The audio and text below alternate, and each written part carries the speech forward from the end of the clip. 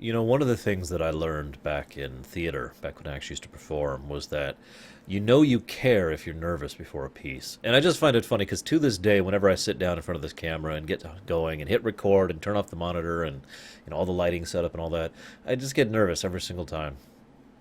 So Star Trek 3, this is a weird situation. We're going to take a look at the mindset of people for a moment. I know, bear with me. In my experience, there are three ways to look at Star Trek's overall. Look at opinions on Star Trek. As far as people who perceive it, there's the general populace, in which case the odds suck, the evens are good, and there's other things I'll talk about that, but that'll wait until the next video. And so that's pretty much it. That's pretty much all the thought that goes into it.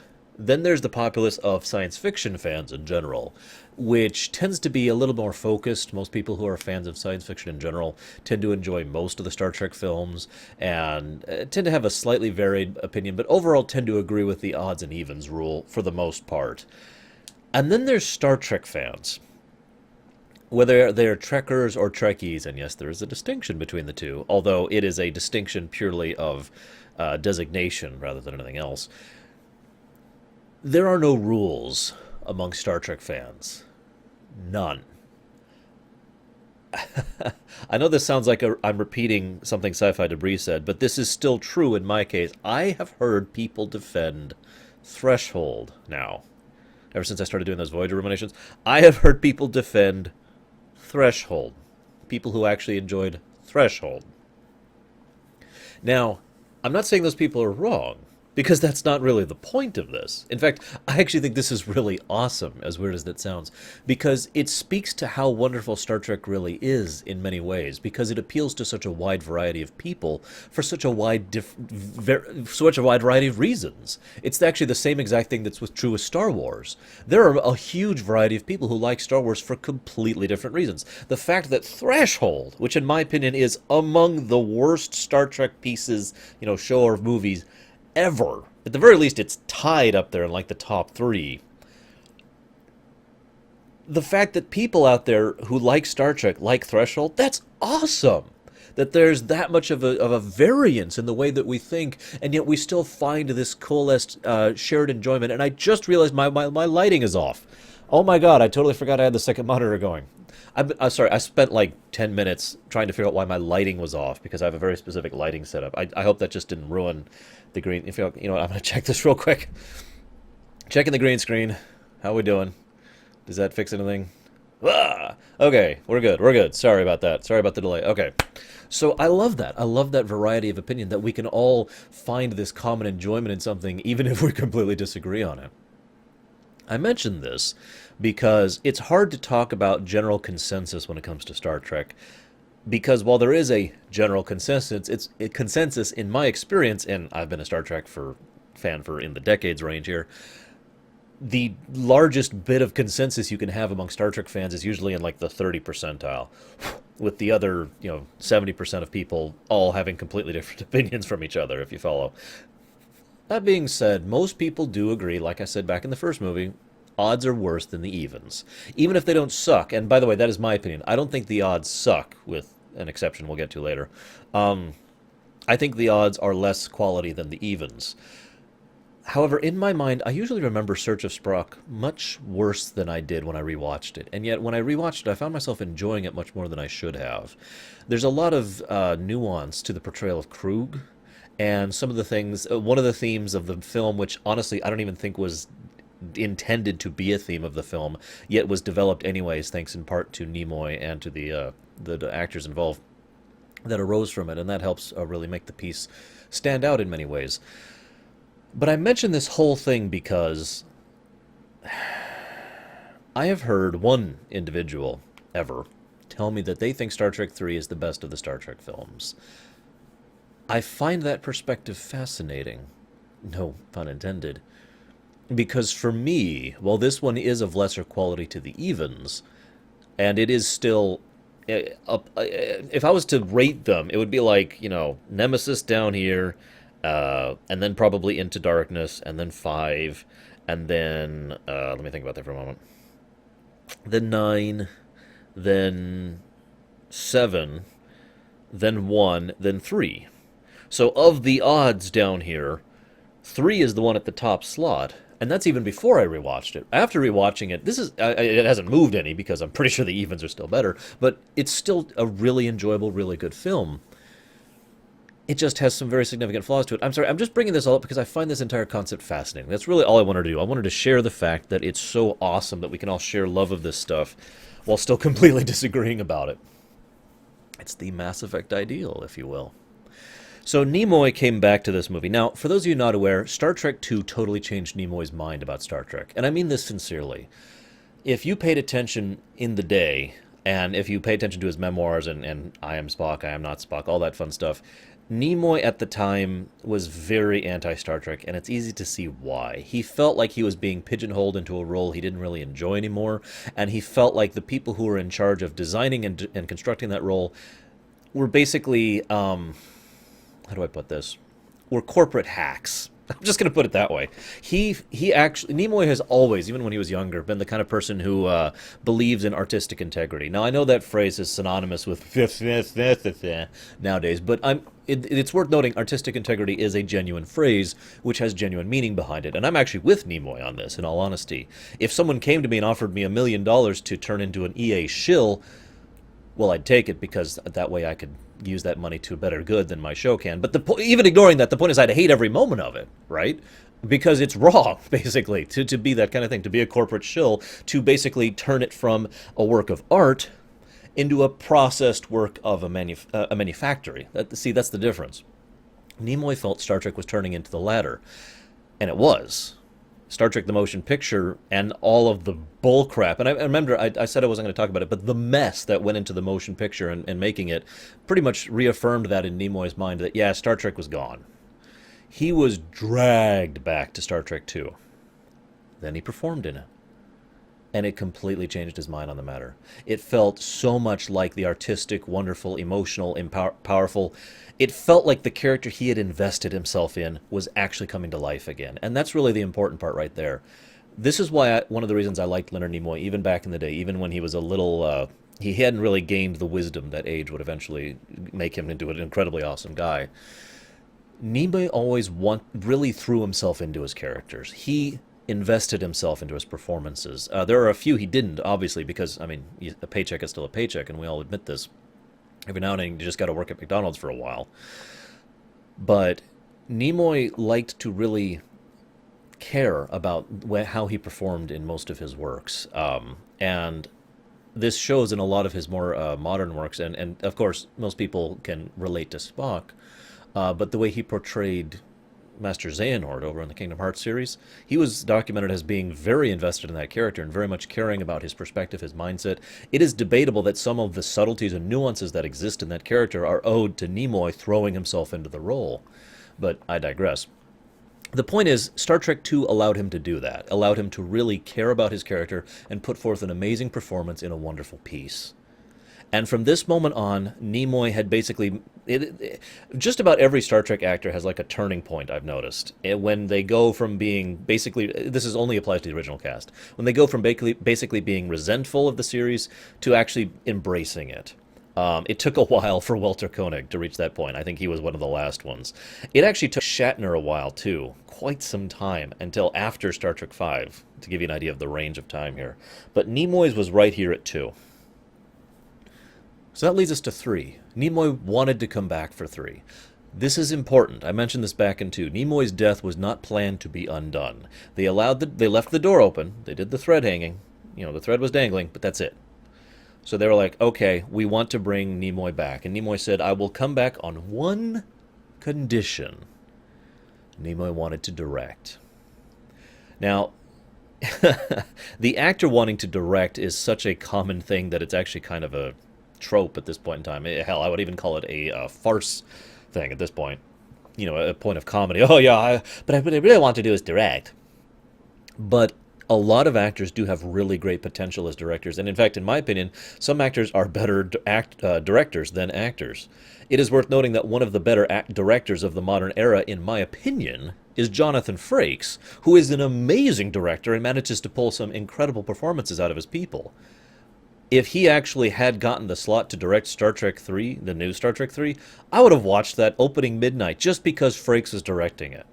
Okay, just to give you an idea of how much respect I have for the man's directing opinion. So I mention this because Nimoy did actually prove to be a very good director, all things considered. But this was effectively his first real outing in directing. Not his first outing, period, but his first big outing. His first, okay, here you go. Now let me talk about one other thing that's important with this regard, okay? Nimoy was shackled when it came to this film. Now, you may not know what I mean by that. Let me use Lord of the Rings to explain this. If you haven't seen the Lord of the Rings, the trilogy, what the hell's wrong with you? Go watch it right now. Okay, now that you're done watching that. Yes, it's that short of a film. You just blink and it's done. Especially the Hobbit trilogy. Seriously, though, if Peter Jackson had been shackled when he was doing the Lord of the Rings film trilogy, we would not have gotten the Lord of the Rings trilogy. I mean, we would have gotten 3 films that would have been probably acceptable, but they would have been nowhere near the incredible masterpiece works of art that they actually are. Now, I know some people disagree with that, and that's fine. I don't want to get into Lord of the Rings here. The point is, Peter Jackson got lucky because he wasn't shackled, but that's the exception. Okay, that's the rarity. Most of the time when a director goes out to do something, even if they're not a brand new director, the studio says, okay, we're going to limit you here, and we're going to limit you here, and we're going to limit you here, and here's your budget, and here's your timetable. Go make it happen. That's why I call it shackling. You can still move. You can still move your arms around. You can still flex your fingers, but you're limited, right? You are hampered. You're restrained. You're still on the leash, in other words. Nimoy was on the leash for this film, and it shows. In a lot of ways, this film, and there's no nice way to say this, is a long episode. In fact, it actually suffers in the exact same way that Star Trek 1 does. Both the motion picture and Search for Spock feel like drawn-out episodes. Now, in this case, it's mostly due to the fact that the writer, whose name I suddenly can't think of, Bennett? Harv Bennett? Hang on. I've got so many notes, you have no idea. Like I said, yeah, Harv Bennett, I was right. Harv Bennett wrote this script more or less by himself. That's one of the reasons for this. And the other reason is most commonly accepted that Nimoy was shackled. So if it wasn't for those 2 facts, I think we would have gotten a much better Search of Spock than we did. Keeping in mind I still like this film. The other thing worth noting here is that the script underwent a very severe change very early on. Now, okay, I mentioned Harv Bennett. I don't want to bash the man, because Harv Bennett does some good work. He's really good at pulling out decent dialogue and good interactions and good exposition. He also does some good. But the problem is, while Harv Bennett gets credit for writing Star Trek II, he didn't. Nicholas Meyer wrote Star Trek II. Nicholas Meyer wrote that original screenplay, the untouched screenplay. Remember I talked about that for forever? Harv Bennett then went in and added lines to that screenplay. Now, that combination worked brilliantly. And as I've often said, there's no shame in being good at working in a group. But Harv Bennett was alone with this one, with the only one modifying his script being Nimoy, who also had no real experience with that kind of thing. So the fact that it's a long episode makes sense, because this is the kind of thing you would expect from this sort of thing. Okay, we need to make a Star Trek movie. You're going to approach it from that mindset because Star Trek has always been a show. I mean, this all makes sense. It's understandable. It's just a pity. But let's talk about that original script. In the original script, it was going to be the Romulans who were coming after the Genesis device, not the Klingons. And the Enterprise was not going to be destroyed. Spoiler alert, by the way. And the Vulcans were actually going to secede from the Federation because they had been kept in the dark about the Genesis device, and they felt the mere existence of such a device was aberrant to the very nature of the Federation, and that was unpleasant. And there was going to be this whole build-up to basically what was effectively a Civil War scenario, and it was going to be pretty cool, actually. Obviously, we didn't get that, although some of those ideas would be recycled back into the show many years later, and then immediately dumped again. I know you're not going to remember this, and you probably don't. If you're watching this video, statistically speaking, you're only about 50% likely to actually watch my episodic reviews that I do on Tuesdays. But when I get to Deep Space Nine, keep this in mind for the episodes Homefront and Paradise Lost. This is where that seed was planted, all the way back here. So, a lot of things actually originally that became hallmarks of the series and would carry forward into TNG actually started here. And I will give credit where credit is due. They did a lot of innovative work. This is where the space dock comes from. This is our first look at the Excelsior. Now, that may not sound impressive, but I want to remind you of something. We have seen the Constitution class in the Enterprise and other ships, which are also Constitutions, because all the ships were Constitution class in the original series. Then we saw the Miranda class, that was the Reliant back in 2. And we will see an Oberth in this episode, the Grissom, the USS Grissom. I had to think about that. I know the class of the ship better than I know the name of the ship. And then we see the Excelsior class in this thing. Now, that may not sound like a big deal, but that's 2 new Starfleet ships introduced in this movie, making it the third and fourth Starfleet ships basically ever introduced. This actually began kind of the developing theme of Starfleet's ship style, its overall aesthetic approach. Yes, I know they had done those design documents all the way back in the original series, and yes, I even know someone who actually has all of that stuff, all the actual physical diagrams and schematics and whatnot, but that never actually made it to print. The point is, the people who actually went into print and the people who started designing stuff for the TNG era looked to this movie and the originations of the ideas that were put forth in this movie to develop what eventually became known as the Starfleet aesthetic with regards to ship design. An aesthetic which would not actually change, arguably, ever, but the real time it changed is when Deep Space Nine came out. I don't know why I've got Deep Space Nine on the brain today. I can't wait to watch that show, that's why. I need to just finish Voyager. Okay, here's the rest of the episodes in one thing. No, I'm kidding. So, they also introduced the Burrell in this episode. Now, you can track your geekdom of Star Trek based on if you actually know what I'm talking about. Especially if you only know what a Burrell is if you've played Star Trek Online. I'm referring to the Klingon Bird-of-Prey. This is the original. This is the first time we've ever seen the Bird-of-Prey, but it's a style that would become so iconic that it basically defined the style of the Klingon ships henceforth in the same exact way the Excelsior did. So again, kind of starting, planting the seeds here for the eventual Klingon design structure. We also see the Earth space dock, a shot that is actually really cool, in all honesty, great graphics, and will be used many other times in the future. In fact, that's actually the exact same graphic shot that is used in TNG several times, just with the Enterprise D in place of the Enterprise. The Enterprise. So, because it was just that good, well done of a shot, and of course that became that again started the design style for most of the Earth, the Starfleet and Federation ships, space docks, etc. from henceforth. Again, this is all just some setting building, but I want to mention this because Star Trek 3 did a lot of setting building, which is not unique to it. Star Trek 1 did a lot of that, Star Trek 2 did some of that as well, so this is good stuff overall. I also want to give really credits to a lot of the way the movie was constructed. A couple of things that were unusual about it. First of all, this was a direct sequel to Star Trek 2. It literally starts like a couple of weeks, if days. We don't have an exact amount, but it's very shortly after Star Trek 2 ended.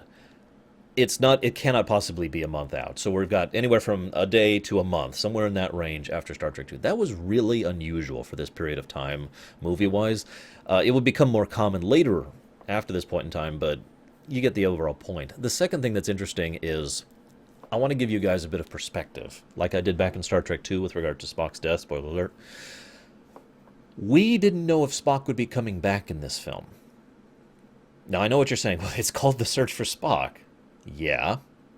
Watch the opening credits sometime. They do something very subtle but very deliberate that did not pass any of our attention, and that was the fact that it's like, starring William Shatner, and then there's a pause where Nimoy's name would normally appear, where it always has appeared for the last however many years at this point. And then after the pause, then DeForest Kelley's name picked up. And we're all like, ugh. And Nimoy finally did get credit as director, but not acting, even though he did actually act in this role. In fact, more than once, he actually played the voice of the Excelsior computer, among other little tidbits he did in this. So, a lot of us had this very strong impression that we would not actually get our Spock back. And this was something that had gained a lot of momentum in the Star Trek community, both for and against. It was actually something of heated debate, and I actually distinctly recall having several rather long discussions about, would it be better if we got a new Spock, or if, Leonard Nimoy returned as our Spock.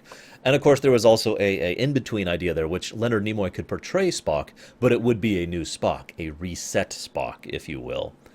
I'll talk about that at the end of the video, because that's my very last point. So Just thought I'd point that out. A lot of people went into this really not sure what was going to come out of it.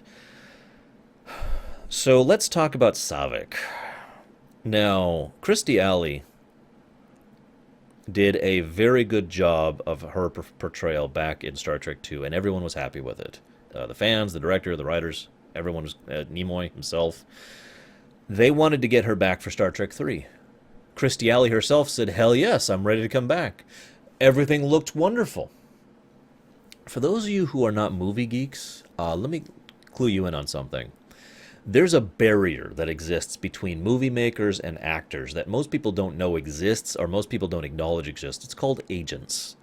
Those agents have more power over what an actor does and why than most people would think.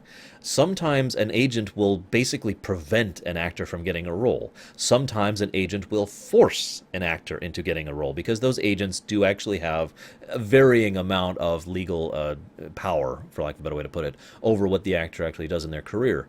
The reason those agents exist is logical, because that way the actors can focus on, acting and not have to worry about contracts and budgets and all that fun stuff. But sometimes it tends to work out badly. See, Kirstie Alley's agent turned over to 3 and said, I want a crap ton of money for her. Obviously, he didn't say I want, but we want. She wants a crap ton of money. Now, there was actually a huge kerfuffle about this, relative for the time. It was actually rather small. Nowadays, you'd see people being like, oh my God. But a lot of money was being demanded for her. And as I will be talking about several times, Star Trek 3 was on a very tight budget. So, despite the success of Star Trek, Star Trek 3 had a bigger budget than Star Trek 2. Star Trek 2 had a shoestring budget, but Star Trek 3 still had a fairly small budget, especially for the time. And so they looked at that and they said, we literally can't. We are physically incapable of hiring Kirstie Alley back at that budget. So they dropped it. And Nimoy and, I forgot his name again, Harve Bennett, and most of the actors were like, oh, that sucks that we can't get Kirstie Alley back. Now, meanwhile, on Kirstie Alley's side, she's like, well, I wanted more money because I did a good job and I'm a bigger actor now, and that made sense. She's a bigger name. She demands a bigger performance. Duh. And she didn't get a response back. Now, the way the game is usually played is I offer you this, and I demand this, and you come back and say, I can't do that, I'll do less than this, and we haggle and barter. Nobody came back with the counteroffer. They just received this demand for way too much money and said, nope. Now, it's understandable why. They were looking at the situation like, okay, like, this is what we can afford, this is what she's demanding. So even if we go down to, like, here, that's still more than we can afford, so we're not even going to try. That's understandable, but Kirstie Alley herself was reported as being very disappointed about the fact that she didn't get to reprise her role, especially since she did actually have a fairly major role, Saavik did, I should say, in this film. So they got someone new. Now, their second pick was a woman, I forgot to look up her name, but you'll be seeing her again in about 3 movies now. But she was unavailable for scheduling conflicts, so they got their third pick, which is the woman who actually played Saavik in this film. Does a good job of it, I might add. I'm not saying she does worse than Kirstie Alley, or indeed better. They both have a very different portrayal of it. Part of that is because of the direction. Kirstie Alley was always directed to play a half Romulan, half Vulcan, and I'm phrasing it that way. The woman in this film, whose name I actually can't remember, I really should have written it down, the woman who plays Saavik in this film, was directed to play a Vulcan. And you can kind of see the difference there. And there's also some different subtleties in the performance that kind of got cut, which I'll be talking about at the end of this film and in Star Trek 4. We'll get to that. Suffice it to say, it's a bit of a shame because Kirstie Alley would never return. I'll talk about that when we get to Star Trek 6. Krug. I actually have a few things to talk about Lord Krug, who is played by Christopher Lloyd, who you may remember from everything. Sorry for recycling the joke, but it's true. Christopher Lloyd has been in so many stuff, and I've always really enjoyed him. I make no hiding of the fact that I love Christopher Lloyd as an actor, and he is among my favorites. I mention this because he himself has written, and this is hilarious because if you look at his performance, you're like, wow, that's very Lloyd, very over the top. Lloyd himself went on record as saying that he felt very restrained when he was portraying this role. He also does a few little subtle touches, which I really like and help flesh the character out. I'll be talking about those as we go. Nevertheless, I do think Lloyd was a good choice for this. James Horner came back to do the music again. A lot of people came back from 2 to do the music again, or the music to do their various roles in the movie. So most of the crew was the same crew from 2. Different director, different writing staff. I guess that's all I have as far as behind-the-scenes stuff, except for a few other things. So let's move on. I have a few questions, like right at the beginning, okay? How did these random guys, who we never have any idea who or what they are, get the information on the Genesis device? Detailed information on it. I'm not going to call that a plot hole. It's just something that's always kind of niggled the back of my brain. This is something that should be, oh, what's the word? Ultra classified. Yeah, there we go. And most people, Spock himself, back in Star Trek II, had never even heard of Genesis. Never even heard it mentioned until Kirk brought it up. And the only reason Kirk had it was, again, remember, high-ranking fleet admiral, okay? So, not a literal fleet admiral, an admiral of the fleet. And so, why is it that these random yahoos managed to find this information on Genesis? Such detailed information. Second question, why does Krug kill his lover? For those of you not aware, the woman, Valithria or something like that, was actually Krug's lover, partner, whatever you want to call her, who he kills for what effectively is no reason, especially since he then shares information about Genesis with two of his crew. Whatever. Moving on. I do like the little subtle note about automated docking. It's important for three big reasons. Well, three little reasons, really. One, it's foreshadowing. We'll get there. Two, it makes sense, because remember, this is a ship that is very badly damaged, and also leads into point three, given the fact that they've just lost like half their crew because all those recruits were reassigned and taken off the ship, probably to deal with the stress and trauma of having gone out on a training cruise and then gone into battle. Yeah. So it makes sense that they had automated docking. I just like that. It's a nice little touch. There's a lot of good little touches in this one. So then we have the Excelsior. The Excelsior is a nice ship. Not my style, admittedly. If I had a choice of all the ships and I had to stick with just Starfleet ships, and I was picking purely aesthetically speaking, Excelsior would not be in my top 5, I admit that. But it's a well-designed ship. I already talked about its world-building aspects. It will still be in use 80 years from now, because they will still use Excelsior-class ships by the time DS9 rolls around, which actually puts it at like the 87-year range, but you get the point.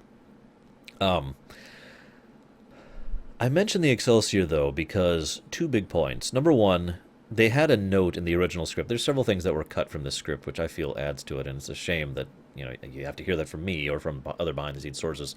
Sulu was originally supposed to be captain of the Excelsior basically by now. They hint this several times, and it's fairly well established that the Excelsior is basically about ready to launch for the first time ever. Brand new ship, brand new class. You know, it's the oh, I can't think of the name. There's a name for the ship that is the first ship of a class, and I can't think of it. Anyways, so the Excelsior of the Excelsior class, and it's usually tradition to name the first ship of a class after the class, hence the nomenclature there. Anyways, the Excelsior is about ready to finally do its first test, its first launch, like now. Sulu was supposed to be the captain of that ship. The reason he is not is because he got caught up in the Genesis affair. And the events of that situation were heavily classified, and he was not available for the promotion as a result of both of these facts. Just a nice little subtle hint in there. I mentioned it especially because this would, of course, be followed up in Star Trek VI and beyond, where Sulu became the captain of the Excelsior, and did a great job of it, I might add. Styles is the name of the captain of the Excelsior, which brings me to my next point. I'm going to mention this now, but this will come up several times. I'm going to ask a question that I know the answer to. Why is Starfleet portrayed as incompetent, dickish, or elitist, or obstructionist throughout the course of this movie? I almost said episode. Throughout the course of this movie. Now, again, I know the answer. It's because Krug may be the villain, but the antagonist is Starfleet. They're the ones actually serving as the first and second act obstacles for the crew to overcome. And as obstacles, they need to be made obstacles in some way. And again, Harv Bennett is a good writer, but he is not, he works better in a group, and I feel like, I mean, you know, yeah, right, like Nicholas Meyer would come back to write another Star Trek film. I mean, come on, right? But if he had come back to write this along with Harv Bennett, I feel we would have gotten a much more gray situation. Imagine a Starfleet that isn't incompetent, aren't dicks, aren't obstructionist, and aren't elitist pricks who are just doing their job and honestly, sincerely trying to do the best they can to contain and conceal this, this entire Genesis situation, which I'll be talking about in a bit, by the way. And Kirk and crew are like, no, we've got to leave. And so Starfleet's like, no. Imagine seeing some of them, instead of being like, you would think some respect would be owed to people who are literally living legends among Starfleet. And yet at no point is that respect showed. Styles himself goes out of his way to look down his nose at Kirk and the Enterprise and everyone on board.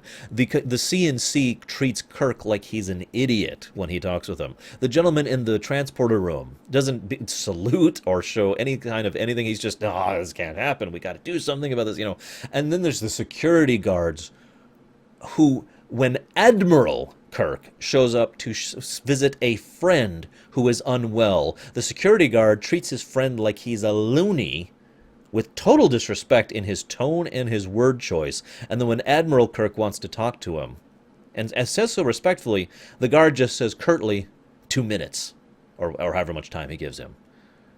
What the hell?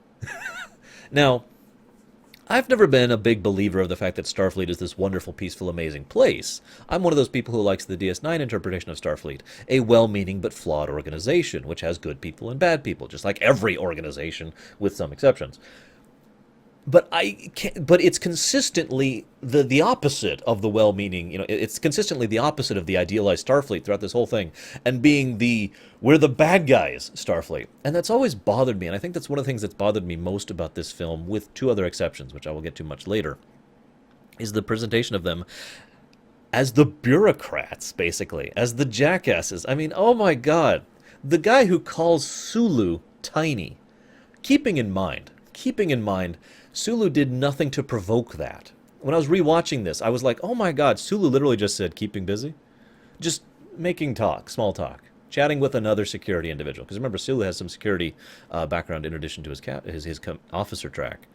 And the guy stands up to full height and says, don't make cracks, tiny, or however he phrases it. I know he tells him tiny. Now, we know why they did that from an out-of-character perspective. We know why Styles is such a stuck-up dick in this film. It's so that when they get their comeuppance, it's much more satisfying. It is worth noting that one of the most memorable sequences in this film, in most people's minds, is the sequence beginning from when they agree to break McCoy out and steal the Enterprise, is the most memorable sequence in the film, because it's all these jackasses and assholes and bureaucrats and idiots who are getting their comeuppance, who are basically being, no.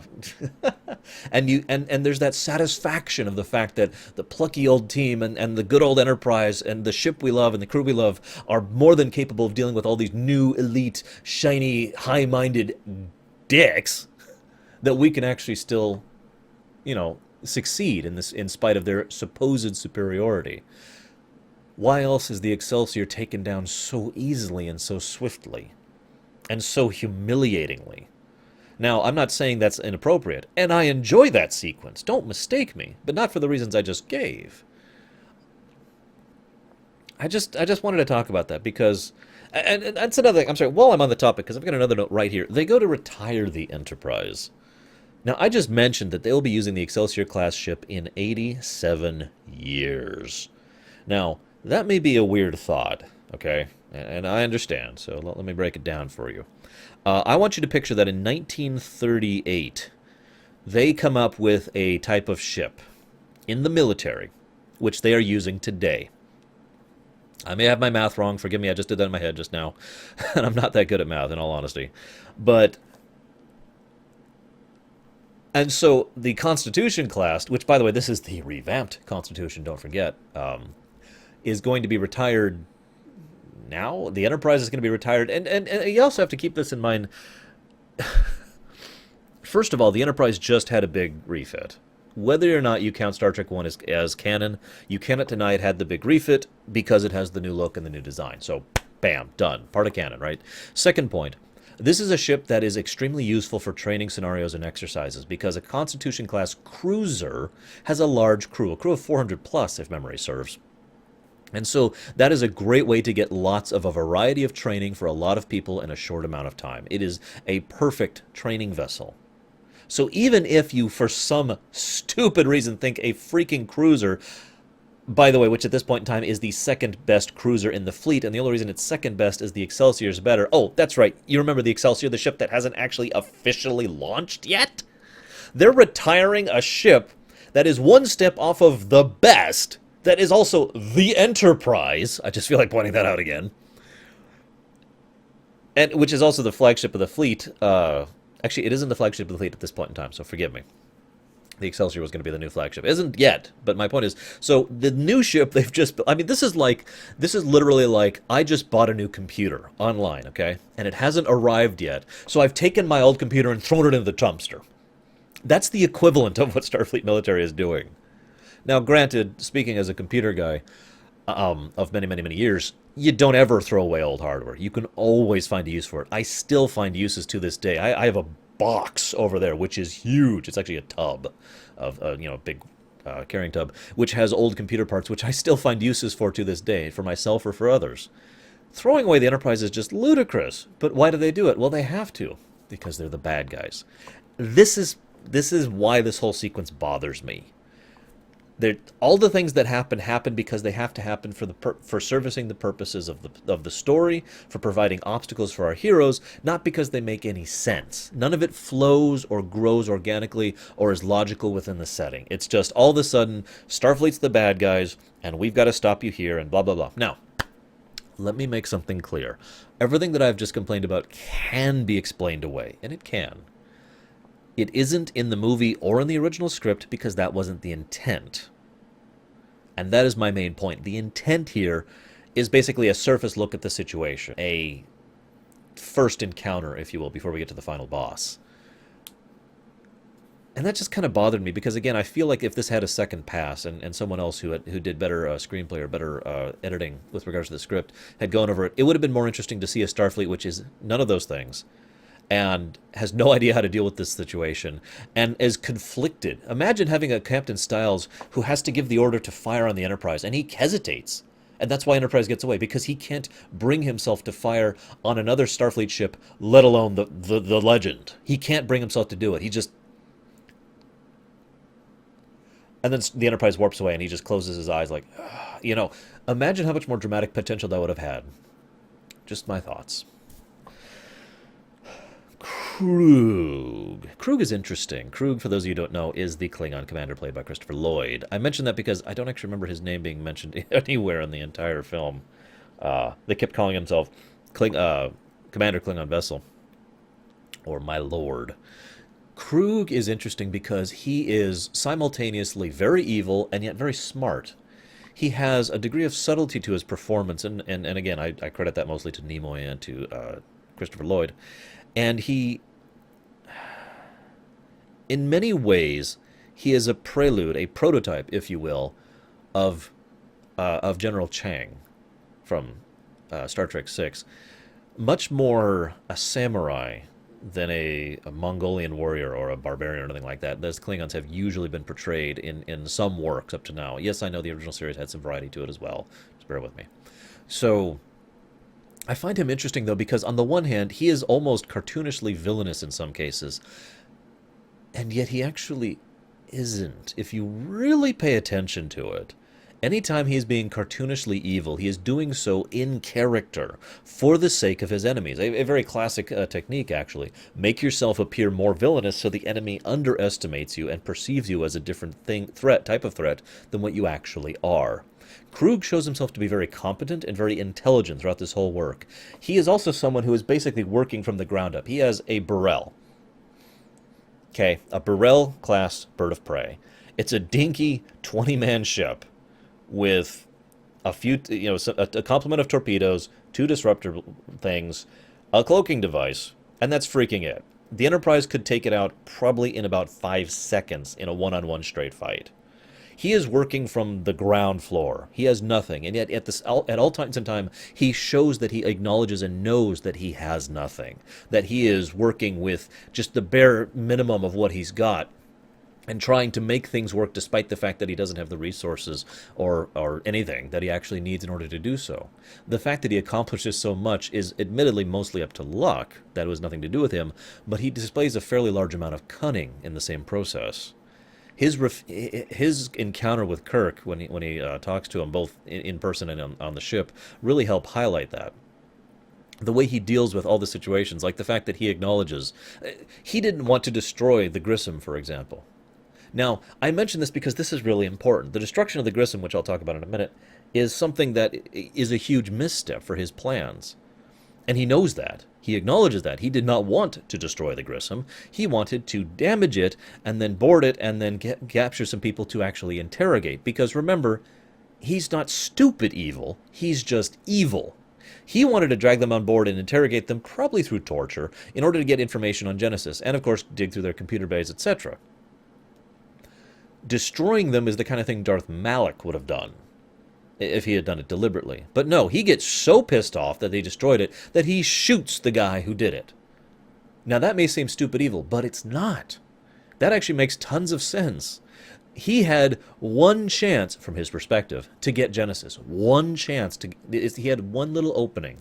And he sneaks in, and he gets there, and he uncloaks, and it's like, yes, take our chance! And then he and his stupid gunner destroys his only opportunity to make this. He was pissed. And Lloyd portrays it perfectly. And when he turns to his second, he says, say the wrong thing! I forget how he said it, but say the wrong thing! Make a mistake! Literally just begging him to do something so he had an excuse to shoot him, because he was that pissed off. Because he just lost Genesis. And the guy says, no, we haven't lost Genesis. We've got this. I see. And he's very quick at thinking on his feet. Krug, in my opinion, if he had had a little more time being fleshed out, and they had a little less of a time and budget manacle throughout the course of making this movie, would have been one of the greatest Star Trek villains we've ever seen. Because in many ways, he is just like Khan was. He is an anti-Kirk. He has confidence in his crew, confidence in his ship, and a great fit capacity to think on his feet. The reason he portrays the level of threat he does throughout this course of this thing is because of that talent. Otherwise, he would have been brushed aside as another villain of the week. Captain Esteban, who is the captain of the Grissom, the Oberth-class ship. Now, Captain, remember I mentioned back in Star Trek II, the wonderful, wonderful gentleman who played the captain, whose name I can't think of the Reliant, the original captain. How I mentioned how awesome it is that he portrays a competent, well-meaning, good officer, in other words, and how I mentioned that was unusual because in so much of Star Trek, captains come across as not competent or not good. Exhibit A, Captain Esteban, an idiot who is a wuss, who is so cautious as to the point of literally trying to cover his own ass more than, I don't know, doing anything else whatsoever. I wanted to smack the guy half the time I saw him. But again, this makes sense with the portrayal of Starfleet as the first and second act antagonist. He is the antagonist for Saavik and for David. Look, think about how long it took them to convince him just to let them beam down. Just to investigate a life form, an animal-based life form, on a planet that should have none. A huge anomaly and something that should be investigated immediately. And they had to convince him of that. Yes, there's risks, but guess what? You're in space on an incredibly dangerous and highly classified, I feel like pointing out, mission around a planet that is a warped Frankenstein of nature and shouldn't even exist. Yes, there's going to be freaking risk. Now beam your ass down there, you jackass. God, I wanted to smack that guy. No, I don't want him to die. In fact, that was horrible. That he and his crew were destroyed. But let's talk about it. I've mentioned it twice. Let's talk about that. Where's my notes? I scrolled down a little bit here. Scrolled down. God, I use computers too much. Let's talk about... God, it's on like the second page, isn't it? Yeah, here it is. The Oberth. You know what? Let's go ahead and wait for that. We'll wait till we get there. I'm sorry. Forgive me. So let's talk about Mark Leonard, okay? Mark Leonard portrays Spock's father in this, Sarek. He does a great job of it. He did a great job of it back in the original series. He will do a great job of it in everything from this point up until Unification and Star Trek VI. His last performances in the role, if I'm not mistaken. He is, in my opinion, one of the two greatest actors to ever portray a Vulcan, alongside Tim Russ. And I've said this many, many times, and I stand by this point. I mention this because some people can portray a Vulcan as emotionless. Some people can portray a Vulcan as bored. And, and there's other ways. And there's a lot of reasons why some people, in my opinion, just don't do well in portrayals of Vulcans. And I think it actually has to come down to directors as well. But Sarek is just that perfect blend of exactly what a Vulcan is. He is not emotionless. Vulcan emotions are very strong. And I keep reminding you guys of this because I want to hammer this point in. They keep them controlled. They are not robots. They're people who are very disciplined. And that is a fine shading different from, for example, the way Data is portrayed over in TNG, which I do think Brent Spiner really nailed the truly emotionless without making him boring flavor of Data. At least past the first few episodes. God, I can't wait to watch TNG as well. So many things I want to do. But Mark Leonard does a great job of portraying a Vulcan as he should be. And his first scene with this really helps. The very first time I watched this, I remember thinking, God, what a jerk. But when I rewatched this, especially this time with analysis mode on, it became so apparent what was happening. Sarek comes in and berates Kirk, berates him, and is practically upset at him, as upset as a Vulcan can get. And the whole time he's acting as if he's basically kicking him off as a dick, and I'm like, oh God, the Kai Lang disease has spread from Starfleet, and now it's affecting Vulcan. But no, he's being a Vulcan. His emotions, he says this later in the thing. Where's the quote? My logic is uncertain where my son is concerned. He is portraying someone who is just barely keeping his emotions intact. Just barely keeping himself under control. He is upset. He is injured. He is emotional about this whole situation. So the way, rewatch that scene sometime. It's so apparent in hindsight, now that I've rewatched it with analysis mode on. He is just barely keeping himself restrained. Another nice little note there. His willingness to mind meld with Kirk. Now, that may seem like a minor thing, but if you think about it, mind melds are deeply personal things. They've always been said as such. It's not just a brain scan that you can just do. And no, it's an actual merger of the minds, a joint, mutual kind of a situation, which under very, very horrible circumstances has been allowed to be forced onto people. I'm going to be talking about this again when we get to Star Trek 6, actually. I mention this, though, because most Vulcans would never dare mind meld with someone because that is such a personal and evocative thing. It's something that is so vulnerable, especially for a Vulcan, people who are very close-minded, very tight-knit, very personal about things. You know, I mentioned back in that Voyager episode, Year of Hell Part 2, Tuvok's willingness to hug Janeway spoke volumes about how much he cared about her. I mentioned the same thing here because Sarek's willingness to mind meld with Kirk speaks volumes about how much he is affected by the situation, about how much he cares, and about how much he trusts Spock's trust in Kirk. I like that. I like that a lot, actually. Keep in mind, this is the same Sarek who never approved of Spock going into Starfleet. And you may be like, well, that didn't come out until Unification. No, that was actually in the original series, if you remember. Journey to Babel, they actually brought that up. That has been a part of the relationship between Sarek and Spock for as long as they both existed, as far as the canon goes. So this is someone who, despite his general distaste for Starfleet and militaries in general, has nevertheless been a staunch supporter of the Federation, and is someone who trusts his son's judgment when it comes to certain people. Picard being the other great one, by the way. It is such a damned shame they never did anything with that, because if you'll remember, Sarek actually mind melds with both Kirk and Picard across the course of Star Trek. Food for thought. So, repetition. No, one other thing.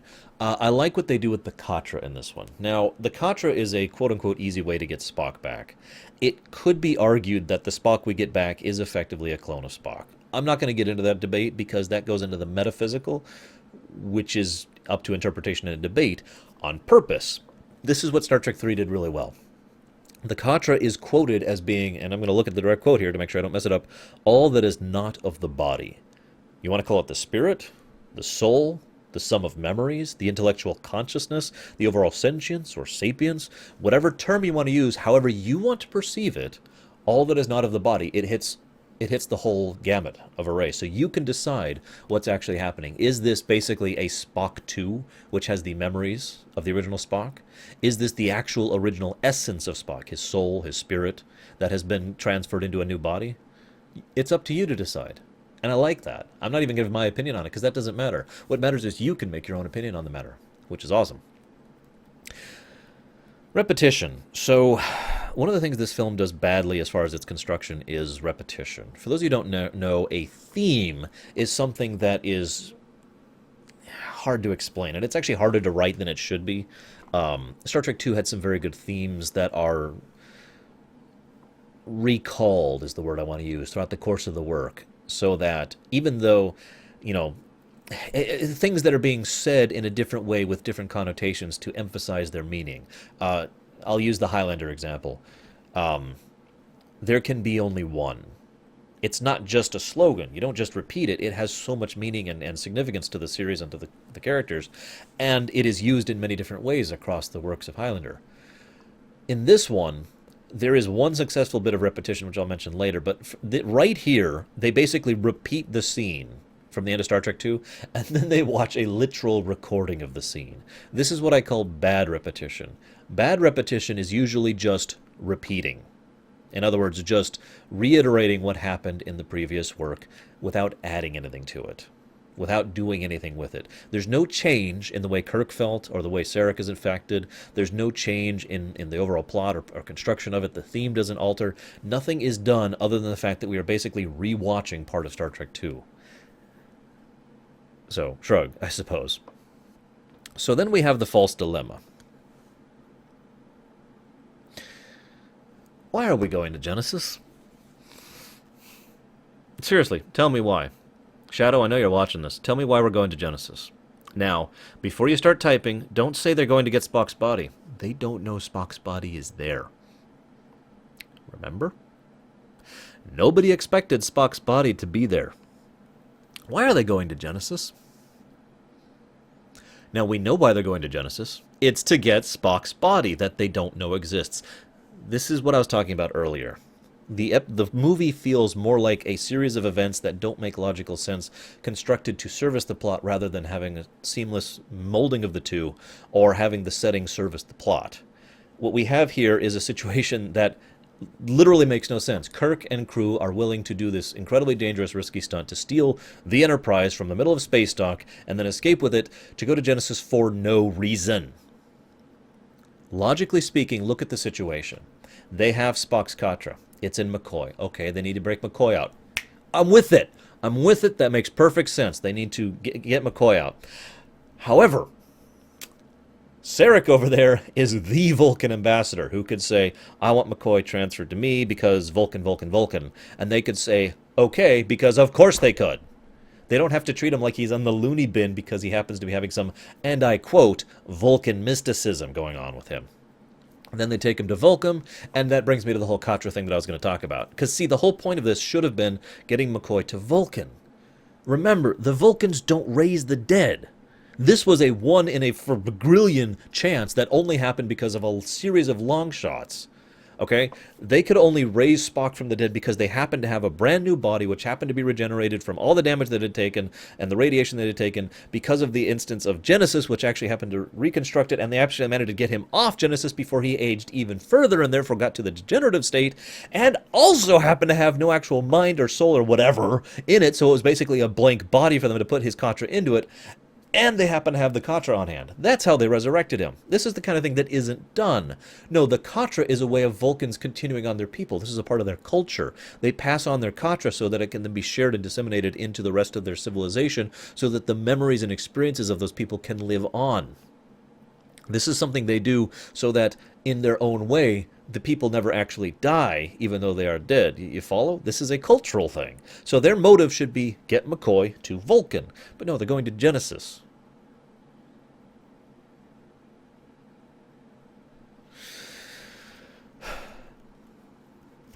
Take note of this. One of the things that this film did really well is the hidden theme of loyalty. Now, I'm going to be talking about this more in a minute, but just notice that Kirk says the answer is no. So, yeah. And then Chekhov and Sulu, without even a single second of hesitation, say that they're with him. And Kirk is grateful for that. Again, without a single second of hesitation. Keep note of that. So I like the bar scene. It's got some good atmosphere. Helps make it feel a little bit more science fiction-y and a little bit less, we're all humans with prosthetics. Yeah, I know, they were all still humanoids with prosthetics, but it still was a nice touch and still helped flesh out Star Trek to add the alien atmosphere to it. So I like that. DeForest Kelley's awesome. I was actually talking about this on my stream recently with regards to an episode called Spock's Brain. Yes, that one. I always feel like DeForest Kelley is probably... he's awesome. And just about every time he portrays Bones, he's awesome. I mentioned this back in Star Trek: The Motion Picture. He totally sold the role, and he was one of the only people who really I felt had genuine oomph behind his performance in Star Trek 1. He sells the bedraggled Bones, who is trying to wrestle with having part of Spock's consciousness or Katra, whatever you want to call it, in him beautifully. And he does a great job of it. Really, really sells the role. I just wanted to give huge props to the man. He also has a great line, which again is and this is Harve Bennett in his prime here. He says, "Oh my God, that green-blooded person. He did this as revenge for all those arguments he lost." Now, that is, of course, still some ribbing on behalf of Bones, and he actually shares how he really feels to Spock later when he's looking at Spock's corpse, basically. But I really like that because it's just a nice little touch of Bones thinking that he won all those arguments that they had. So yeah, then Sulu's awesome. Starfleets are idiots. That leads us to Mr. Adventure. We still don't have a name for this guy. He is named in the novelization. I don't remember that name, so we're just going to keep calling him Mr. Adventure. If you're curious where that came from, Uhura actually calls him Mr. Adventure. If you look in the wiki, under Mr. Adventure, you'll find the guy. Why is he...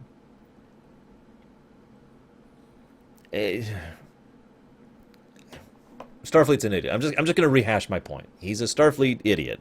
Moving on. Nice little touch from the original script and from the book. I know, not canon, but again, I feel like this helps flesh it out in this case. Uhura, immediately after beaming them to the Enterprise, literally was chased to the Vulcan embassy and asked for asylum from Sarek himself, who granted it without hesitation. I mention that because you might be wondering how Uhura goes from being on Earth's space dock to being on Vulcan with no repercussions, despite the fact that she took place in this whole thing, which could be considered a form of treason. That's why. She went, sought asylum, and was effectively kicked out of Starfleet over the issue, although, of course, that's kind of hand-waved when Star Trek 4 comes around. In a good way, though. That's not me blaming, but I just thought I'd point that out for anybody wondering what happened with Uhura. So, let's go ahead and talk about this thing here. One of the other reasons that people tend to enjoy this whole sequence, and again, I mentioned this is one of my favorite sequences in the movie, is because people like to root for the underdog. Again, Starfleet is being portrayed in all those horrible ways, right? They're obstructionist, they're bureaucratic, they're dicks, they're elitist, you know. And so the underdogs, in this case our crew, who have nothing and are working from nothing, you see kind of the parallels to Krug here, are just barely managed to make this situation so they manage to get away and show them, you know, that they can still do their damn jobs. They're still not ready to be put out to pasture, not ready to be taken out back and shot. And so it's really obvious why so many people enjoy this sequence, but the reason I really enjoy it most, and I've been hinting at this several times now, is the loyalty theme. It's the undercurrent theme throughout the course of this entire work. And I don't think it was done deliberately, or if it was done beautifully subtly, because at no point is it obviously stamped in your face, like the other themes of returning life from death, or, you know, the fighting chance to live, all that fun stuff. Loyalty. Sulu and Chekhov, without question or hesitation, torpedo their careers for the chance to help their friends. Kirk destroys his venerable career as, again, an admiral of the fleet for the chance to help his, you know. All these people, without question or hesitation, do this sort of thing. This includes Scotty, this includes Uhura. All of these people are very loyal to each other, to the point where the needs of the one outweighs the needs of the many. Because that's kind of how loyalty tends to work, really, if you think about it. 6 people, 10 people, 50 people, who all truly care about each other, will go to hell and back for one person. That is loyalty. We see that loyalty throughout this work in many weird ways. We see that Saavik and David are also relatively loyal to each other, given what they've been through. There was also supposed to be a romantic aspect of their characters that was basically dropped from the script, just an FYI. That was also in Star Trek 2, by the way, just briefly. And we see the loyalty of Krug to his men and his men to him, which is also a strange situation. But we see it in his own lover, too, who is so loyal she is willing to die without question or hesitation simply because she believes it is necessary for the betterment of of their crew, of their cause. Krug himself is also tremendously loyal to the Empire. This brings me to an interesting point, and I'm going to go ahead and talk about Krug and the Klingons for a moment, because this also has to do with the theme of loyalty. Remember that in this movie, several times it's mentioned that Starfleet and the Federation, I got to make the two distinct. Starfleet's the military or whatever. Federation's the organization. So the Federation is literally in lockdown with regards to peace and diplomacy meetings, and we don't know who they're meeting with, except Krug himself mentions that the Klingon leaders are also in similar talks and negotiations with the Federation. Given the timing, I don't think that's coincidental. It is worth noting that this is about the point in time in which the Organian Treaty was starting to fail, and the Organians themselves showed no signs of actually being interested in renewing it, or actually trying to hesitate or stop the two powers from combating each other. Similarly, this is very similar to the real-life Cold War scenario. For those of you not aware, the East and the West were in constant talks with each other, even though those talks basically didn't actually go anywhere. It was the kind of thing that helped keep that communication going, and in many ways can be considered one of the reasons why the Cold War never went hot, was because there was always an attempt at communication going on, and that's very valid here as well. Now imagine if in the Cold War one side suddenly got the Genesis device, and the other side had nothing. You see where I'm going with this, right? And so the Klingons and the Federation are both in very extensive talks with each other. So why is it Krug is trying to get all this information? Is it because he wants to destroy the Federation? No. At no point does he portray that perspective. Now, he thinks of Genesis as a weapon. Of course he does. It is a weapon.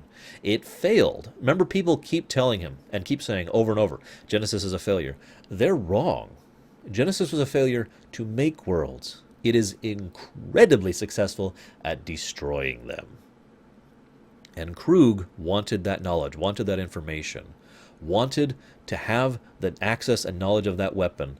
It's never stated outright, but in one of the scenes where he's talking with his 2 seconds about what, speak, he says, what are your thoughts on this matter? One of them says it's a weapon of great power. The other one says a weapon to create worlds. And Krug says, yes, to create worlds. In other words, while he has no doubt that the peace-loving Federation would probably use it to create worlds, the fact that their enemy has a weapon that can destroy worlds was unconscionable. And there's this hidden current that he wants the secrets of Genesis not just to use it, but to be able to counter it. Just in case the Federation ever decided to use it against us. Or against the Klingons, excuse me. Which, again, is very Cold War, isn't it? One side gets a lead, the other side scrambles to make up for it. Not because they want to counterattack, but because they want to make sure that they're not the weaker of the two parties. Make sense?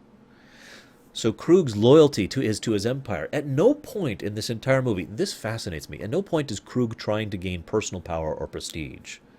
In my opinion, I will add that. It is never mentioned if he is. It could be inferred that he is doing so. If he actually brought the Genesis device back to the Klingon Council, there's no denying he'd probably get a council spot. His own house would probably be elevated as a result of this, if he chose it. But the way he portrays himself, and the way he talks with his crew, and the way he discusses the whole Genesis thing, I don't think that's what he's after. I think Krug is genuinely loyal to the Empire, to the Klingon Empire. He is trying to further the cause of his people, not his own, which is, again, fits in with that theme rather beautifully, doesn't it? One final thought about Krug. This is someone who actually shows genuine grief at the loss of his men, and even his Targ. I only mention that because this may be the first time we've seen a Klingon actually upset at the loss of his people. I could be wrong about that. I don't really remember Day of the Dove that well. Feel free to correct me. But it's, again, interesting, and again, ties in with that theme. I'll move on. Loyalty. Awesome theme. They mention that Spock is directly linked to the planet. I've never actually bought that. I know they say it outright, but of course David said that in... whether that's true or not is, of course, up to debate. But I've always felt that it's a matter of coincidence. And yet I cannot help but point out that the moment they get Spock off the planet, Spock stops aging. For no given reason, even though the planet continues to age, wrongly, I might add. So the implication is clearly that there is a connection between the two, but the question remains, why? Just food for thought. Feel free to comment as you will. So, okay, now we're finally to the Grissom's destruction. Interesting concept here. Interesting setup of this situation. One thing I will give the construction of this plot, this script, it is very well constructed. It's Hardbent in a nutshell. He has a really great situation. He has balanced the scales so the two ships are equal, and he has balanced the situation so that things don't go worse, but they still go bad. What do I mean by that? Let's imagine if Captain Idiot had actually been a good captain. Let's say he gets down there and, oh my god, we found Spock, and we need to beam him up immediately and get a medical care. Okay, beam him up, let's go! What happens immediately after that? The Bird of Prey destroys the Grissom. Spock's dead, Saavik's dead, David's dead. The end. Isn't it interesting how that's constructed? And again, this is kind of one of those weird things, but it is in service of the plot, because it helps set up the next situation. Krug, pissed off at this situation, is now facing a Constitution-class cruiser, which, in his own words, outguns him 10-1. And that's not an exaggeration, by the way. Again, a Constitution would curb stomp an old Burrell, especially when they got the drop on before the... Remember, they hit the Bird of Prey as the Bird of Prey is uncloaking, because they tracked him. They were there. They were ready for him. So that's a hit without shields. Next hit probably would have absolutely destroyed the Bird. The Bird was helpless. But the playing field is leveled. Why? And again, makes so much perfect sense. They don't have a crew. I talked about this back in Star Trek 2. They don't have a crew. Scotty set up automation to deal with all the different tasks that have to be done on a ship, but otherwise they can't actually pilot this ship with just 6 people. They can do basic maneuvers, and that's it. And so the automation actually overloads it having to do combat. And again, perfect sense make. I love it. Scotty himself says it. I never designed this with combat in mind. So they get off a shot, but then they can't do anything else. They can't raise shields. They literally cannot do anything. They can't even control their ship. They are helpless. The only thing they can do is functions they can access only from the bridge exclusively, which is funny, because if you think about it, the first thing that comes to my mind when it comes to I'm stuck on my bridge and can only do one action is self-destruct. So, one other real quick note here, just a side note. The Burrell takes out the Oberth, the Grissom, in one shot. Why is that? Does that seem odd? Well, yes, it does, because even though a Burrell is stronger than an Oberth, I mean, one shot, really? But then I got to thinking about it, and being the ship geek that I am, and practically a fanboy of science fiction ships in general, it actually makes perfect sense under 2 conditions. One, the Grissom's shields were down, which they were. They were in communication and thinking about beaming people up on the planet. They were not at yellow or red alert. They were condition blue. And they were basically taken by surprise. And the second condition is if that shot happened to hit something critical, like, oh, I don't know, the engine core or one of the warp nacelles. So yeah, I think one torpedo could take out an Oberth if it caught it with the shields down. That actually makes perfect sense. And I find that weird because most of the times, and this is very true in Star Wars as well, most of the times the way the ships act in the movies is Hollywoodized, for lack of a better term, because nobody wants to see the actual battle, which would take like 10 minutes. They just want to see fire. But in everything else, the written works and the video games and the actual documentaries and whatnot, it doesn't work that way because, of course, it doesn't. That's silly, right? You know, that's one of the reasons why some people take umbrage with the Executor being taken down so easily, including me in Return of the Jedi, because, I mean, really? That's one of the reasons why they had to do an entire story arc explaining why the Executor was taken down. I talked about that back in my Thrawn trilogy thing and the Return of the Jedi thing. But I mention this because this is one of those rare exceptions where it actually works the way I think it would under the right conditions. So props there. So then Saavik lectures David. Why does Saavik lecture David? Because David used protomatter. Okay, makes sense. David was ethically and morally ambiguous and did something that was probably wrong in order to shortcut, in order to get results. Got it. I'm with that. What she says, however, is completely nonsensical, and I feel like it was literally a line from the original script, the one about the Vulcan Civil War, that was left out. Think about this line, okay? I'm going to try and remember this as best as I can. It's something along the lines of, how many have paid the price for your impatience? How many How many people have died, and what is yet to come? I feel like I'm missing a line there, but that's what she says, right? Now that makes no sense in the context of this movie, because nothing has actually happened as a result of his impatience. Now you could argue that in the semantics of that, but let's be honest. Who is the responsible one for all this crap that happened as of now? Khan, the evil man who tried to use his benevolent device for evil intention. And in fact, the Genesis device, if you remember, wasn't even supposed to be deployed yet. They were still testing it. We know the Genesis device works to some extent because of the Genesis cave. So maybe it would have actually worked if they'd had more time to test it and work on it. And then who's the second reason everything's going to hell? Krug, an evil man. You see where I'm going with this? So her taunt makes no sense unless you think about the Vulcan secession and the Civil War arc that was supposed to happen. If all of that had happened because of the sole fact that he had created Genesis, not the way it was used and not the way it was intended to be used, that actually makes a lot more sense. Think on it, if you will. So then there's the Pon farr scene. This is an interesting scene because I've been very vocal about the fact that I don't really like romance, and I really, really don't like sex in my fiction. This is just my preference, okay? Pax calls me a prude all the time for it. That's fine, whatever. But I mention this because I try to point out anytime I feel like either of these topics are done relatively well in a work of fiction. Now, let's make this clear. Saavik had sex with Spock, okay? Let's just flatten it. That happened, all right? I think it was well, whether it was a good idea to add it or not is debatable, because if they had ignored it, it would have effectively been a continuity error. The Pon farr is something that was a hugely important aspect of Vulcan culture. In fact, for those of you who don't remember, the Pon farr was the first look we ever had at Vulcan culture. All the way back in Amok time. That was the first time we actually examined the Vulcan culture, the Vulcan society. Anything before that was Spock, not the Vulcan people. So it's pretty much arguably the linchpin, the cornerstone of Vulcan society. And that makes a lot of sense, because when you think about it thematically, having total control over yourself, yet still having powerful emotions under that, and constantly maintaining discipline and using logicked out, accepted outlets of that particular excess at certain times, which is born into us to the point where it's actually a biological imperative after generations of repeated use of this kind of thing and cultural stigma as well as pressure, it makes sense, right? It makes sense for that to be the cornerstone of Vulcan society, at least for me. Feel free to disagree.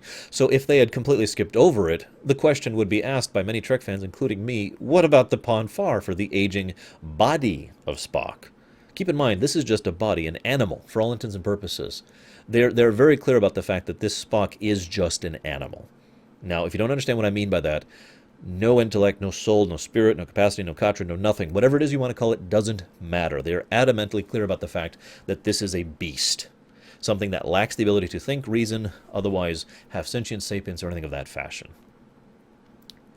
So, in other words, something that is completely at the whims of his own biology, as Spock himself put it back in Amok time.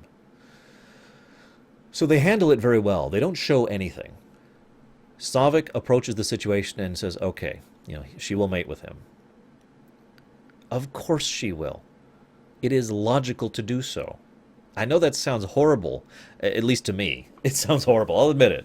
But it is fully logical. It's one of those situations, if I was with a woman who I did not have any romantic intentions whatsoever, and if I did not have sex with her, she would die. Yeah, I probably would go ahead and do so. I'd hate it. I'd hate myself for it. But to save her life, fine. Done. It is logical, even if it is unpleasant. But I don't think it was unpleasant for Saavik, and I don't mean that as a joke. This is a woman who has always been portrayed as one of the most aspiring students of Spock. An elderly man, of course, older than she is, but someone who has always approached her with candor and wisdom. Someone she obviously had a decent amount of rapport with, based on their interactions in Star Trek II. Someone she was willing to weep over the loss of, openly, in public. Again, Vulcan. A Vulcan crying in public. That's how close their connection was. So it is logical to me that she would harbor some idealized version of him in her mind, whether it is romantic or not. So I cannot say that she would not be interested in having that kind of connection with him which also ties into the other thing. I'm just going to say it now.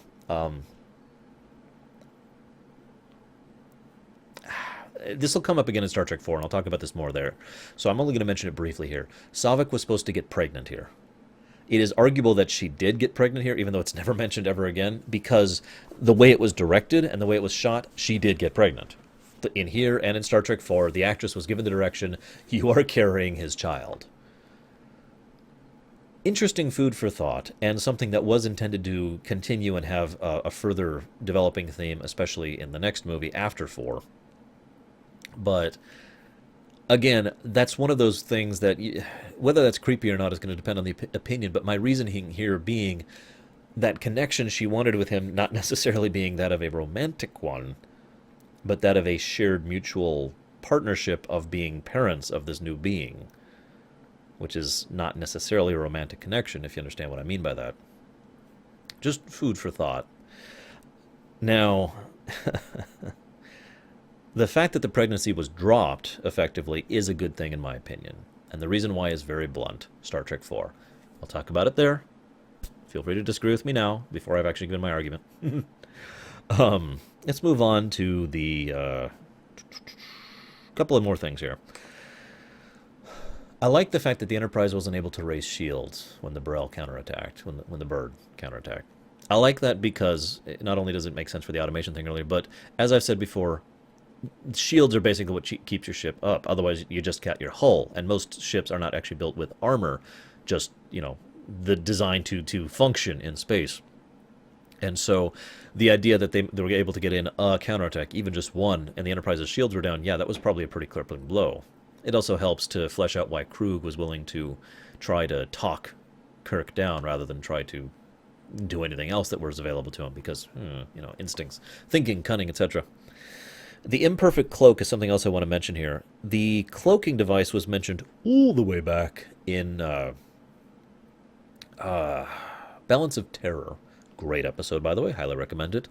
It was always mentioned as being an imperfect cloak. Like, they had the ability to detect it barely, but only under certain circumstances and only if they knew what they were doing. And usually they couldn't do it first. They had to, get something to track them on initially. I mention that because the idea of the imperfect cloak will be true across all of Star Trek until Nemesis. So I just want you to keep that in your mind. Across all of Star Trek, TNG, DS9, Voyager, the movies, cloaks are not perfect. Okay? There's always some way to get around them or through them with enough time and enough ingenuity and equipment. Until Nemesis, when the Mary Sue ship shows up. So just keep that way in the back of your mind for when we get to Nemesis. So, we're almost done with my notes, because we're pretty much at the end of the movie here. I mentioned that there are 4 significant flaws with this movie, in my opinion. That's not even counting the television episodic feel to it. One was the Starfleet being the bad guys thing. The 4th I'll be talking about dead last. It's my very last note. The next 2 come right here for the next things we're going to talk about. Spoiler alert, just in the off chance. The death of David Marcus, Kirk's son, and the death of the Enterprise. Keep in mind, this is the Enterprise. The first one, not Enterprise-A. We'll be seeing that one in 4. This is the Enterprise. And it is destroyed over Genesis. They don't even get to salvage the wreck because it hurtles into the planet, which then hurtles into the sun, which I'll talk about in a minute. Both of these steps make sense from a structural perspective, but on paper, making a movie in which the Enterprise died and David dies, okay. But the way they put it into the structure of the script is just wrong. Let me talk about this for a bit here. David's death has 0 significance on the script, on the plot, on the setting of the world, on anything other than Kirk himself. And even that, if it were not for Nimoy and Shatner, who both got together and collaborated on this scene to change the way the original script was, and this is the first time I feel like the change of the script was a good thing, there would be literally no impact. But instead, Shatner was like, no, this is my son that I just reunited with literally months ago for the first time in his life. And he just died. There needs to be an impact. And Nimoy agreed with him. So they did a couple of things. There's a scene where Kirk literally stumbles. It's actually the first scene Kirk has ever stumbled in this manner, ever, in the history of Star Trek. the impact of it nails him right across the face. And again, Shatner and Nimoy both collaborated on getting the impact of this across. And there's no music. Now, I've talked a lot about the no music concept. For those of you who did not watch my Kingdom Hearts lore run, for example, no music, an absence of music in any work should be done as a deliberate choice, as an emphasis of what's going on in the thing. It should be used as a tool, just like music is. But if you overuse it, I'm looking at you, Kingdom Hearts, then it just gets irritating or awkward or, what the hell, you know? But when no music is done properly, we get this much stronger impact of the scene. No music is played when David Marcus dies. No music is played when Kirk reacts to it. And it is perfectly exactly what it should be. It doesn't start up until Kirk has finally managed to come up with the plan to deal with the situation. There is a huge chunk of this movie, it's only a few minutes, but whatever, where there is just no music as they're reeling from this. And Shatner and Nimoy really get the impact of that across. But again, what impact does David's death have on the plot? None. Zero. Zip. It does nothing to the story. Then the Enterprise dies. What impact does the Enterprise's death have on the story? I know this sounds callous, but bear with me. What impact does it have? Well, they need another way off the planet. Okay. I'm waiting. Now, you could argue that the Enterprise's death saved the lives of his crew by by basically bringing the Klingons down to their level, even further, to the point where they had, I think at that point, 3 Klingons left at all. Debatable. But my point is, the Enterprise's destruction was tacked on. And now, this is true. The Enterprise's destruction was not in the original script. I mentioned that. It was tacked in and left in for reasons that are ambiguous at best. We only have a few details on that. I wasn't able to find anything concrete, so I'm not going to share anything. And yet, the biggest problem with the destruction of the Enterprise and the death of David is that neither one of these things actually flows with the overall theme and structure of this film.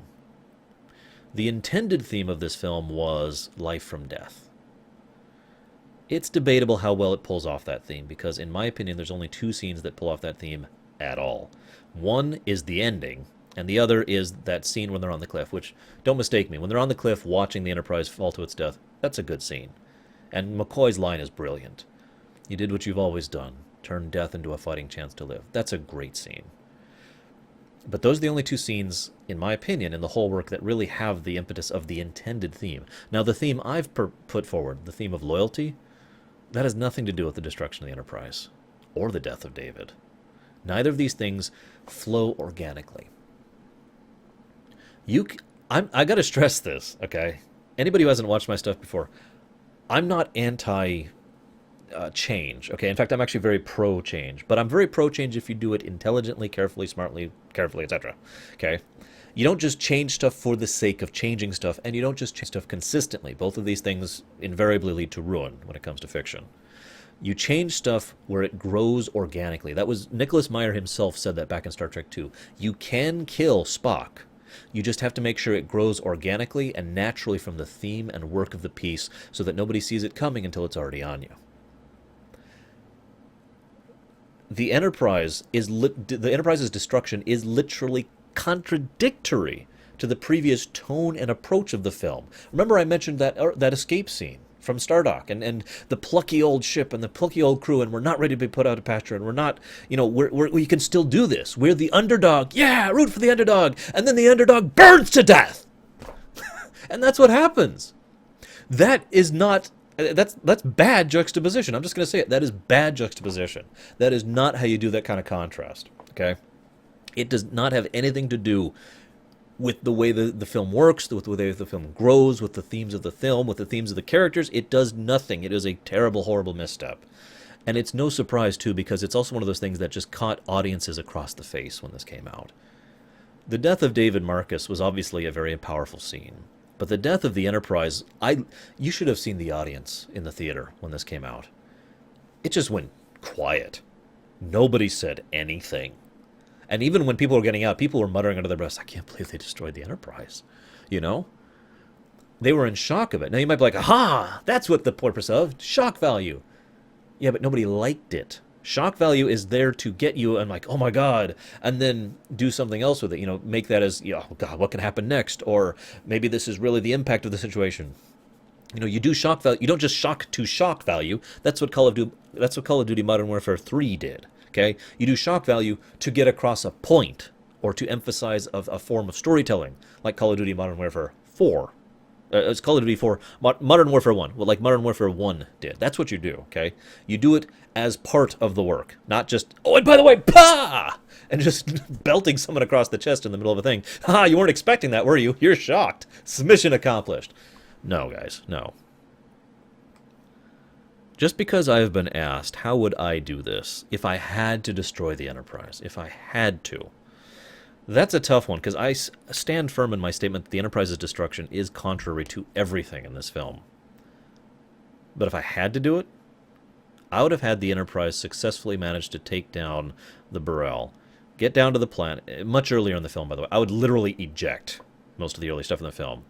Have the Enterprise get to the Genesis planet, have them get down, and I'm trying to think how to express this, because I'd really need to work this, but the overall idea here is that the Enterprise herself, the ship, would demonstrate that loyalty, obviously being an object, but it would unconsciously evoke that concept of loyalty in the fact that the Enterprise would literally be burning out its circuits in order to maintain the ship in orbit of a planet that's literally disintegrating. I mean, think about what that's doing to the gravity in the area, you know? And how badly that's screwing. And keeping in mind, again, this is a planet that's spiraling into its sun, so that's a planet problem too. And the Enterprise is literally burning itself out, gets them up, and then as they're trying to escape, they literally can't. And finally, they use literally the last bits of power to push, to beam or to beam them. No. They beam away. And they've either got remote control of the ship or they've got someone staying behind on the ship, one of the two. And they're on the Burrell now, still damaged. And the Burrell doesn't quite have the power to escape on its own. And then whoever's on the ship or the remote control literally uses the very last bits of energy that is left in the damaged, non-crewed Enterprise to literally push the Burrell out of the gravity well to the point where it can get away and escape. And then they just watch the Enterprise sink back into the star. That's how I would do it. And that's just something I came up with right now.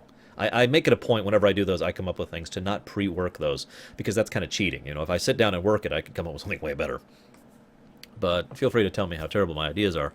But at least that would have had that overall theme and impetus of not only loyalty, but life from death. Both of those themes would have been present in that. Whatever. Moving on. Wow, I've got like new notes left. Okay, so imagine there were some serious budget issues by the end of this film.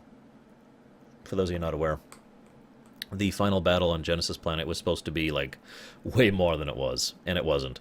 Half the props literally didn't work. They had some mechanisms, one of which only worked once. It was a mess. I also mentioned the planet falling into the sun. This is one of those weird things. For those of you who don't know, Genesis Planet was falling into its sun. Okay, I'm with it. You might wonder where I'm getting that from. Well, if you notice, the very last shot of the planet is the planet getting awfully close to that sun, way closer than it was before. This was actually something that, again, was in the original script and was chopped out at several points in time. Remember that scene where they look and the sun is setting and everything's just getting weird and there's this weird kind of atmosphere? That scene was in there to try and emphasize the fact that the planet is basically spiraling, which is increasing the rate of the day-night cycle, and there's supposed to be some lines to explain this, which was just to help add to this atmosphere and dread of it. Instead, it's just this weird scene which doesn't really do anything, unless you know this, of course. And so what actually happens, and this is technically in canon because, again, it was in the movie, it's just only 2 scenes of it were in the movie, is the planet does finally end up spiraling into the sun. That's why I kept mentioning that. I mentioned bad repetition and good repetition. There is an instance of good repetition in this movie, and it's when McCoy is hovering over the body of Spock and he says, "You put this damn thing in me, remember? Remember?" This is good repetition. Take note, writers. It's a line that flows naturally in dialogue and calls back to the old line, but isn't just repeating it. It adds to it. It does something with it. And again, it flows naturally. It is him trying to get Spock to remember as Spock got him to remember. You see how this works. So great scene between McCoy and Spock's body towards the end. So I guess I only have the one note left. Yeah, so the final question we are left with, and a lot of people in the audience were literally holding their breaths when this was happening, is this our Spock? Now, I mentioned this is debatable. This is something you can deliberate on your own, and whether it's true or not is up to your interpretation. Whether it's effectively a clone, same soul, same spirit, whatever, doesn't matter. It's up to your interpretation.